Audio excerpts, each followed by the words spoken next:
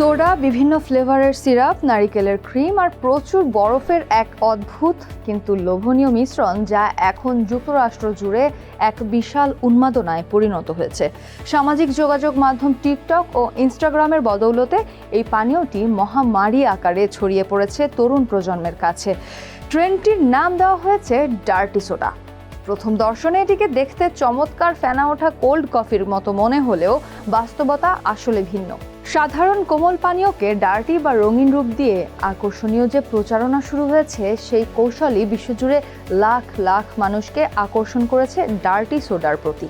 এই ট্রেন্ডের উত্থান এবং স্বাস্থ্য ঝুঁকি নিয়ে বিশদ জানাবো আমরা টিভিএস এক্সপ্লেনারে। সঙ্গে আছি আমি রুবাইয়া এশা। ডার্টি সোডার উৎপত্তি যুক্তরাষ্ট্রের ইউটা অঙ্গরাজ্যে। 5+ স্টার রেটিং প্রাপ্ত দেশের সর্বোচ্চ বিদ্যুৎ সাশ্রয়ী ওয়ালটন এসি। স্মার্ট কমফোর্ট এখন নেক্সট লেভেলে। 2010 সালের দিকে রক্ষণশীল মরমন অধ্যুষিত এই অঞ্চলে চা বা কফির ওপর সামাজিক ও ধর্মীয় কিছু বিধিনিষেধ থাকায় সেখানকার তরুণরা বিকল্প রিফ্রেশমেন্ট হিসেবে কোল্ড ড্রিঙ্কসের ওপর বিভিন্ন ফ্রুট, সিরাপ, ক্রিম বা লেবুর রং মিশিয়ে নতুন স্বাদের পানীয় তৈরি শুরু করে। ইউটার স্থানীয় সব সুইগ বা সোডালিশাস এর মতো দোকানগুলো এটিকে বাণিজ্যিক রূপ দেয়। পরবর্তীতে পপ তারকা অলিভিয়া রদ্রিগোর মতো সেলিব্রিটিদের হাতে এই পানীয়ের কাপ দেখা যাওয়ার পর টিকটকে ডার্টি সোডা হ্যাশট্যাগ ট্রেন্ডিং হতে শুরু করে। আজ মার্কিন সীমানা ছাড়িয়ে বিশ্বের নানা প্রান্তের ক্যাফে ও ফাস্টফুড শপে ডার্টি সোডার চাহিদা তুঙ্গে।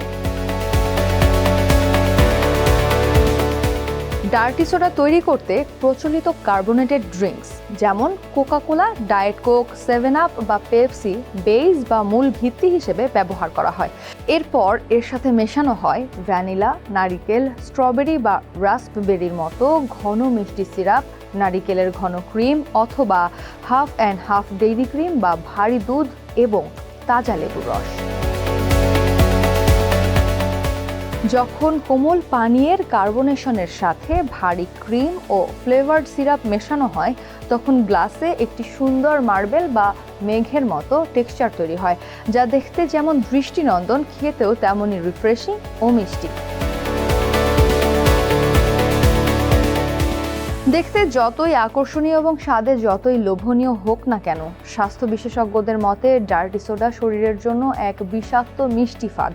পুষ্টিবিদ ও চিকিৎসকেরা এই পানীয়ে বেশ কয়েকটি গুরুতর ঝুঁকির কথা উল্লেখ করেছেন। একটি সাধারণ ডার্টি সোডার বড় কাপে যে পরিমাণ প্রসেসড সোডা, ফ্লেভার্ড সিরাপ ও ক্রিম ব্যবহার করা হয়, তাতে চিনির পরিমাণ বিশ্ব স্বাস্থ্য সংস্থার দৈনিক নির্ধারিত সীমার চেয়ে 3 থেকে 4 গুণ বেশি হতে পারে।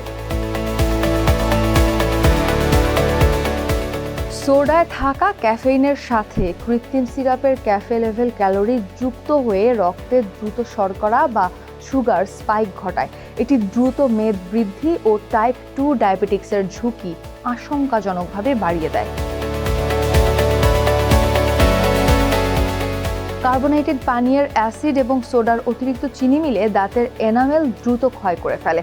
পাশাপাশি অতিরিক্ত ক্রিম ও অ্যাসিডের মিশ্রণ সংবেদনশীল পাকস্থলীতে বদহজম, গ্যাস ও বুকে জ্বালা পোড়ার কারণ হতে পারে। ক্যাফেইন এবং চিনি উভয়ই মস্তিষ্কে ডোপামিন নিঃসরণ বাড়ায়, ফলে একবার এই স্বাদে অভ্যস্ত হয়ে পড়লে মিষ্টি খাওয়ার এই আসক্তি কাটানো কঠিন হয়ে পড়ে। ডার্টি সোডা নিঃসন্দেহে বর্তমান সময়ের অন্যতম রঙিন ও জনপ্রিয় একটি ফুড ট্রেন্ড। সামাজিক যোগাযোগ মাধ্যমে ছবি তোলা বা মাঝে মাঝে শখের বশে 1-আধ কাপ খাওয়া হয়তো বড় কোনো বিপদের কারণ হবে না, তবে এটিকে প্রতিদিনের লাইফস্টাইল বা ক্যাফেইনের বিকল্প হিসেবে বেছে নেওয়া শরীরের জন্য অত্যন্ত ঝুঁকিপূর্ণ হতে পারে। তাই ট্রেন্ডের জোয়ারে ভাসার আগে নিজের স্বাস্থ্যের বিষয়টি ভেবে দেখাই বুদ্ধিমানের কাজ হবে।